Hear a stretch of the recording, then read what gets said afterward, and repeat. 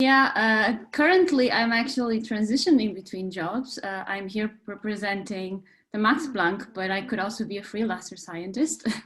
But it is my pleasure to tell you what, I will not talk about structures actually, I will talk about sequences and what you can get out of your sequence using online tools to then design experiments and decide whether this is an interesting sequence to pursue.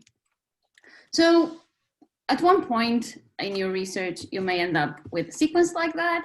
And as I said, you would like to ask, well, is this interesting? Is it actually an interesting protein to study? And what can I do with it?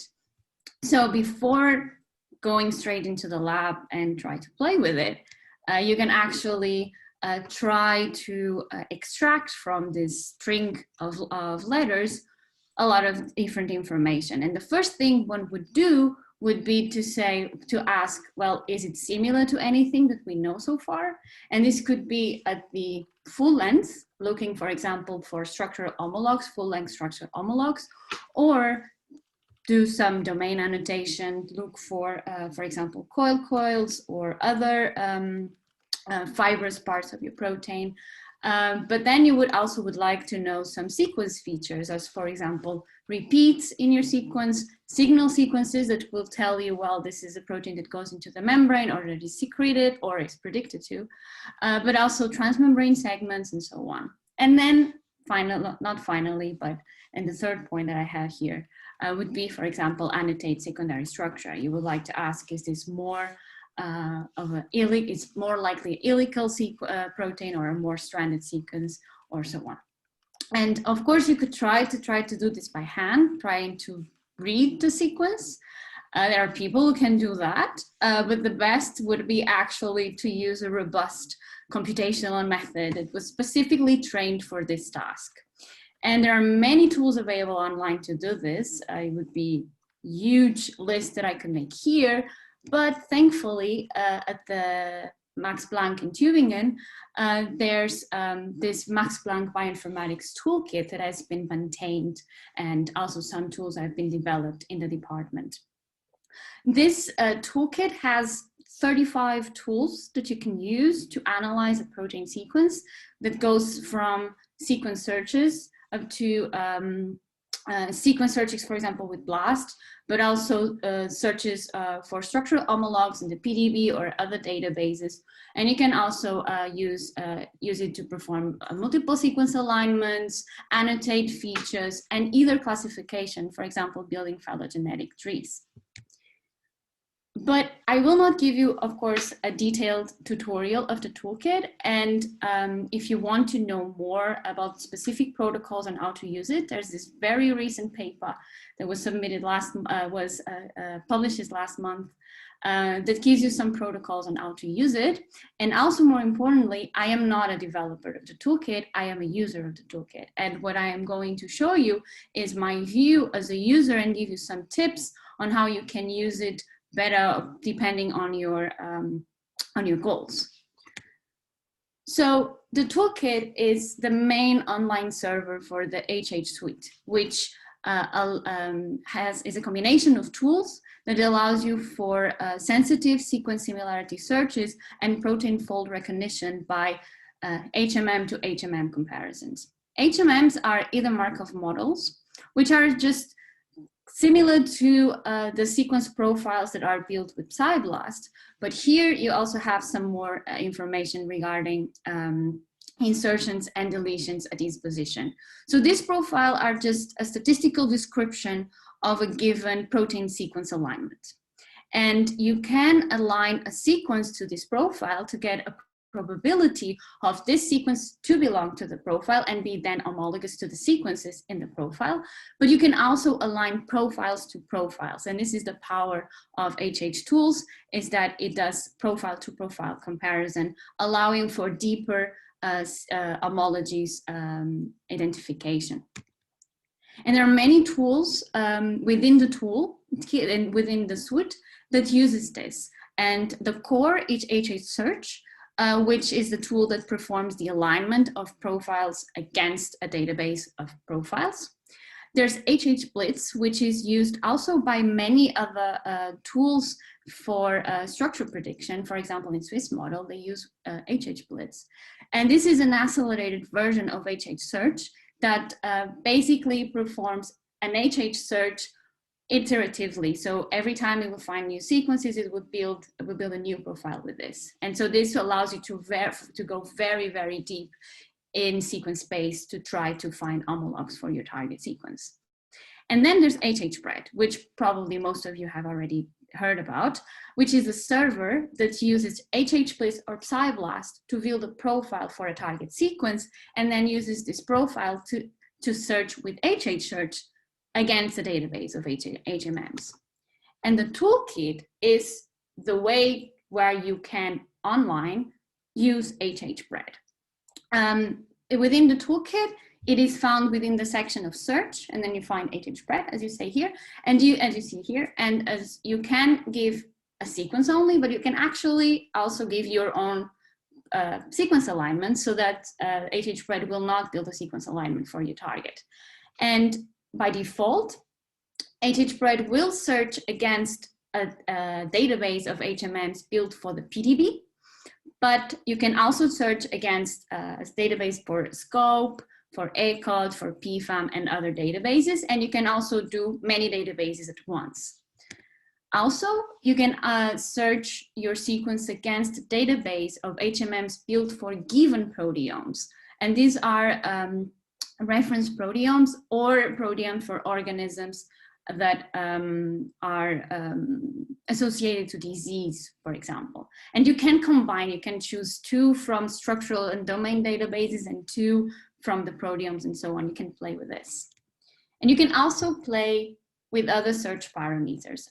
By default, HHBread uses a set of parameters that were optimized for template-based modeling, but you can also change it according to your goals. So, for example, HHBread by default will run 3 rounds of HHBlitz to build a profile for your target sequence, and then use secondary structure scoring while scoring against the database of HMMs. However, you can actually turn off the alignment building step in order to just search for very, very, very close homologs of your sequence, to your sequence. You can also turn off secondary structure scoring, because if you do many rounds of alignment building, and which HHBlitz, which is a bit greedy, you can run into the risk of also getting some analogs into your profile. If your goal is to build a structure, it really doesn't matter. But if your goal is to study evolution, then you want to prevent analogs to come into. So you can actually turn this off. I usually do this. And also you can also, for example, increase the number of targets that you want to see in the list if you are expecting, or the matches, I mean, if you are expecting that your sequence is going to have many, many homologs. Like, for example, it could be very, very long and it has many, many domains. And so you can play with this to get the most complete set of matches. This is how the results for HHBread look like for the initial sequence I showed you in the first slide. And as you can see, there's no, I've made the search against the PDB, and there's no full length homolog in the PDB for my sequence. But it seems there are 2 regions there. As you can also see, these 2 regions kind of go full length into your protein. But it could have been the case that one of the parts, it would not find an homolog, it would be just blank.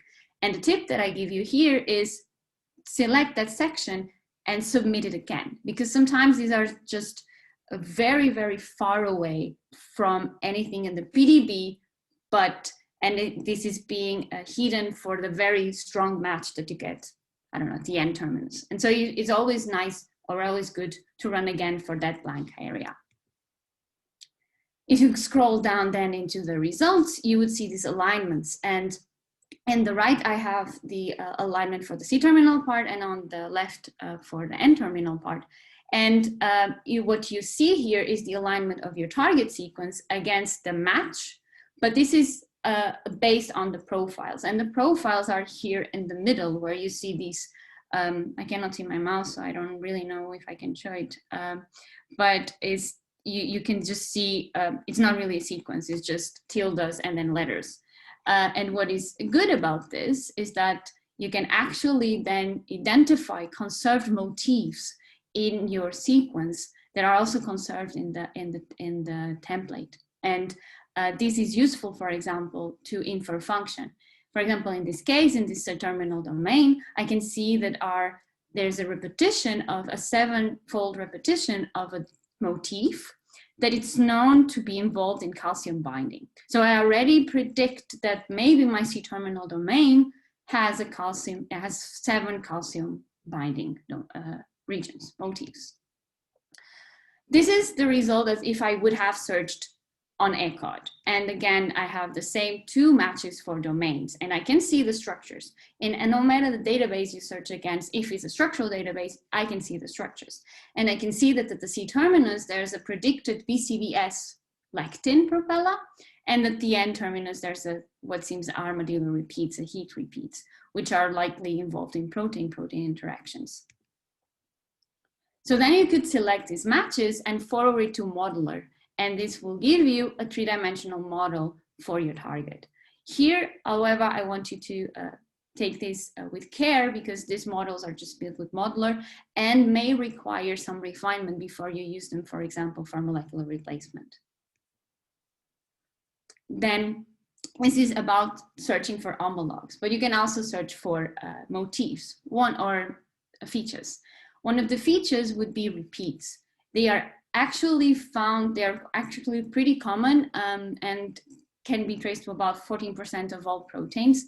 And they are usually structural functional units of the protein. That's why they are important to recognize. But sometimes they are really, really hard to identify by just looking at the sequence, because repeats can evolve independently. And so they are still there at the structural level, but the sequence signals just go away. And so we need robust methods to identify them. And there are many different tools in the toolkit to do that, depending on the goal, or depending what you expect these repeats are going to be. There's tools dedicated, for example, to coiled coil detection, also to short gapless repeat detection, and also TPR detection. But the most important one is actually HHref-ID, which allows for de novo detection of internal repeats. Joanna, just to remind you, you have 1 minute left. Oh God, okay, I'll try to speed up. So HHref-ID is again another HH tool, and it also performs HMM comparisons, but here it compares the sequence against itself. And you can also change the parameters accordingly to what you would like to do. Then you will see the slides, you can then see the tips. But the output will be twofold. You have a self-comparison matrix that compares the sequence against itself and shows you that there are many regions that are similar to each other. This is an indication you have repeats. And the second one will be the alignment of the sequences, of the repeats. And here I would like to point out that you should always look at the linkers, the length of the linkers between these repeat units, because sometimes the repeats may just be really faded, the signal, so that it's not detected with this method, but the length is still the same. And if you align them yourself, you can actually see this seems to be a repeat unit. So it's always better to look at the linkers and then run the alignments again. Another important repeats is coiled coils, which also we have different kinds of methods, some deep learn based and some more classic. The 2 ones I point out here are deep coil and p-coils. P-coils is the classic one, which was trained on a few model sequences, and it only works better for heptad repeats. And deep coils is more recent, and it was trained in a lot of 10,000 non-redundant coiled coil structures, and can detect also other periodicities too. Finally, there's feature annotation, and this goes from secondary structure up to signal peptides, disordered regions, and also transmembrane segments. These are all the tools that are run by Quick2D, which gives you consensus overview of the entire sequence. But you can also use some of these tools on their own servers to have a more detailed information about these regions that are identified by Quick2D.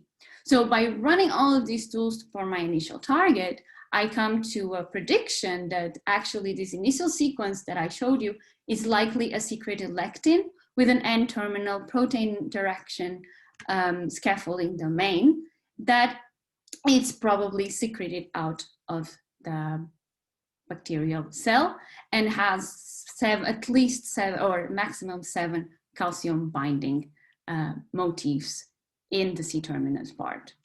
So with that, I'm finished. This was really fast, probably was very overwhelming, but I hope that I gave you an overview or an idea that how useful the toolkit can be to get a better idea of how your sequence looks like and what you can do with it. But the acknowledgements go for Andre and to Vikram and his team, who are the ones behind the toolkit and the ones that make it available for everybody to use. Thank you very much. Thank you.